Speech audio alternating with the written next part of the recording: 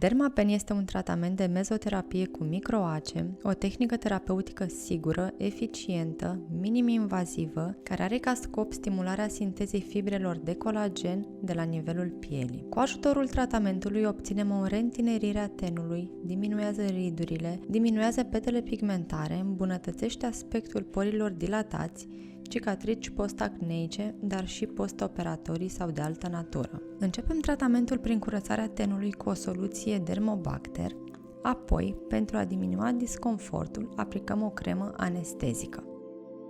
Microneedling-ul este o procedură minim-invazivă care implică microperforarea superficială și controlată a pielii prin intermediul unor ace fine, sterile și de unică folosință. Astfel se creează o microtraumă care induce producerea fibrelor de colagen.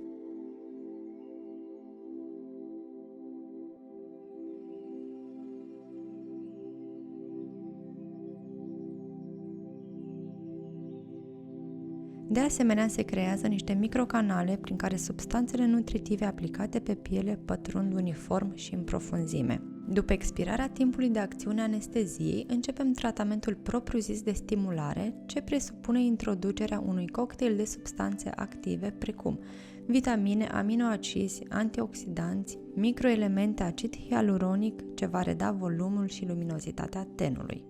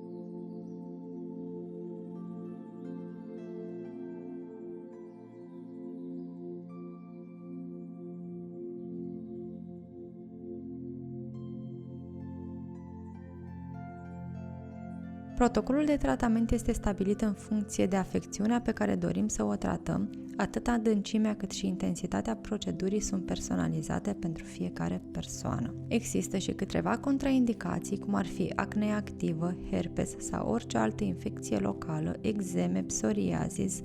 De aceea noi oferim consultații gratuite pentru stabilirea unui protocol de lucru.